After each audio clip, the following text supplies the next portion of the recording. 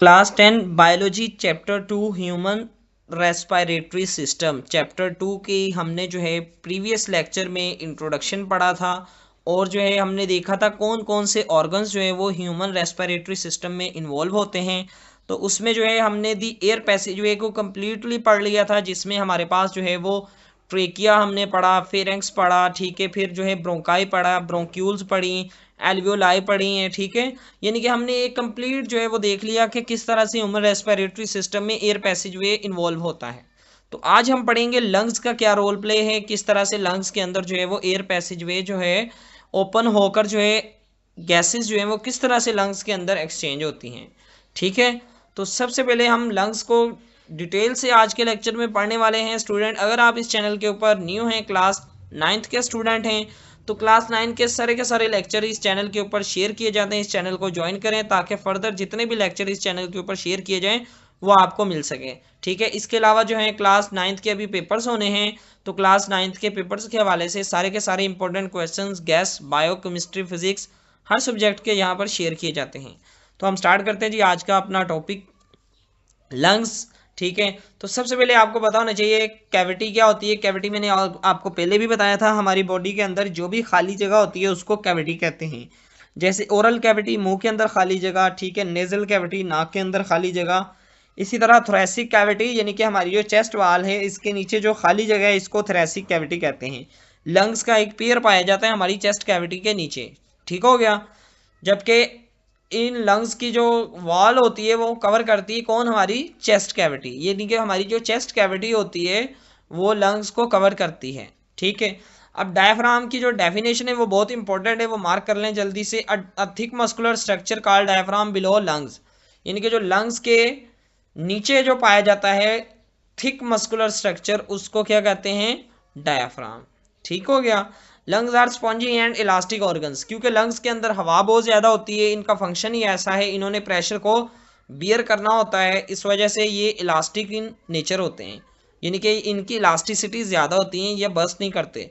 The left lung is slightly smaller, ये देखें जो लेफ्ट वाला लंग है वो स्मॉलर होता है साइज में, जबकि राइट वाला बड़ा होता है, क्योंकि इसके 2 लोब्स होते हैं और इसके 3 लोब्स होते हैं, ये आप देख सकते हैं।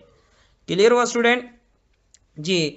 लंग्स जो है उनकी प्रोटेक्शन कैसे की जाती है। लंग्स जो है वो एक मेम्ब्रेन के अंदर, डबल मेम्ब्रेन के अंदर जो है वो कवर होते हैं, जिसको प्लूरल मेम्ब्रेन कहते हैं, ठीक है। ये प्लूरल मेम्ब्रेन की आप डेफिनेशन मार्क करें कि lungs are covered in a double membrane called pleural membrane.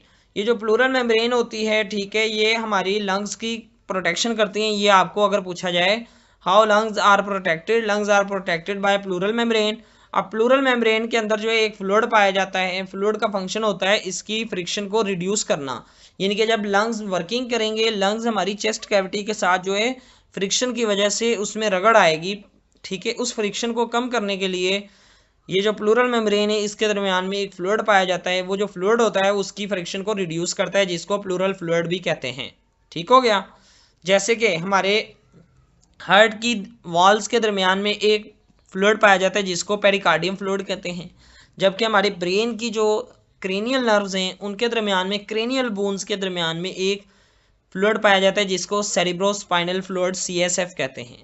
तो सेम इसी तरह जो हमारे लंग्स हैं इनकी प्रोटेक्शन के लिए भी ये फ्लूइड पाया जाता है जिसको प्लूरल फ्लूइड कहते हैं। क्लियर है जी। अब हम पढ़ेंगे जी हमारा ब्लड सर्कुलेशन वो किस तरह से होता है लंग्स के अंदर। अभी फंक्शन स्टार्ट हो रहा है जी लंग्स का, पहले तो हमने स्ट्रक्चर पढ़ा है लंग्स का, अभी हम पढ़ेंगे जी फंक्शन क्या होता है ब्लड सर्कुलेशन में लंग्स का, ठीक है। डायग्राम से समझिए, यहाँ से ब्लड आ गया जी हमारे लंग्स के अंदर, ये ब्लड किसने भेजा है, ये हार्ट पंप करता है, ये हमारा दिल पंप करता है, ठीक है। अब पल्मोनरी आर्टरी जो है दिल से यहाँ तक जो है वो डीऑक्सीजनेटेड ब्लड लेकर आती है। सारी की सारी आर्टरीज में ऑक्सीजनेटेड ब्लड होता है, लेकिन पल्मोनरी आर्टरी में डीऑक्सीजनेटेड ब्लड होता है। अब डीऑक्सीजनेटेड ब्लड जो है हमारे आर्ट्रियोल से होता हुआ यहाँ एंटर हो जाएगा, ठीक है। अब ये जो आर्ट्रियोल्स हैं ये फर्दर डिवाइड होती हैं किसमें, कैपिलरीज में। ये कैपिलरीज जो हैं वो ब्लड को साफ होने के बाद कंबाइन होती हैं और वेन्यूल्स बनते हैं। अब ये जो वेन्यूल्स हैं, ये पल्मोनरी वेन्यूल्स हैं, यहाँ से ब्लड दोबारा कहाँ जाएगा, ये ऑक्सीजनेटेड ब्लड है, ये जो रेड कलर में शो किया गया है, ये ब्लड दोबारा से हार्ट के पास जाएगा और हार्ट इसको पंप कर देगा पूरी बॉडी में। क्लियर हुआ स्टूडेंट। तो इस तरह से हमारे लंग्स जो हैं वो ब्लड को सर्कुलेट करवाते हैं और क्लीन करते हैं। यानी कि डीऑक्सीजनेटेड ब्लड आया, जबकि लंग्स में क्या है, यहाँ पर जो है एल्वियोलाई पाई जाती हैं। ये जो एल्वियोलाई हैं ये इस ब्लड को क्या करेंगी, क्लीन करेंगी। ब्लड को क्लीन होने के बाद यहाँ से वेन्यूल से रिटर्न कहाँ भेज देंगी, हार्ट के पास। अब हार्ट इस ब्लड को पंप कर देगा पूरी की पूरी बॉडी में। अब ऑक्सीजनेटेड ब्लड जो है वो बॉडी में चला जाएगा। ठीक हो गया।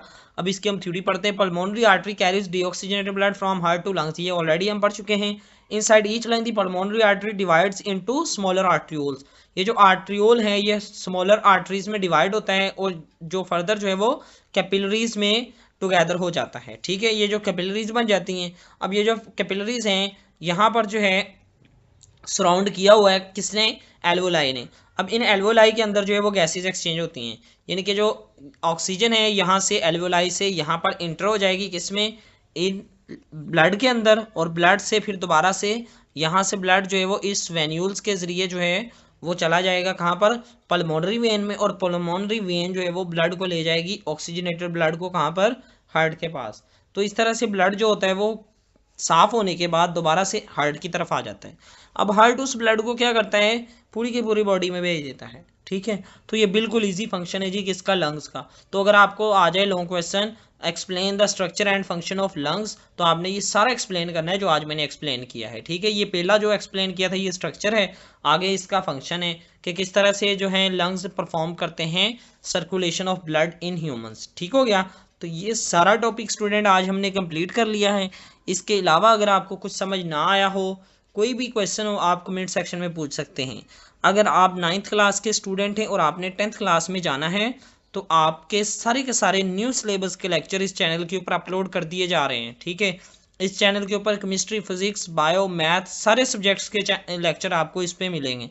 ठीक है, इसके अलावा स्टूडेंट गैस सारे के सारे चैप्टर्स का, सारी के सारी बुक्स का, सारे जो है आपके सब्जेक्ट्स का इस ऊपर शेयर किया जाता है। तो इस चैनल को आप ज्वाइन कर लें ताकि आपको जो भी नेक्स्ट वीडियो अपलोड की जाए वो आपको फौरी मिल जाए।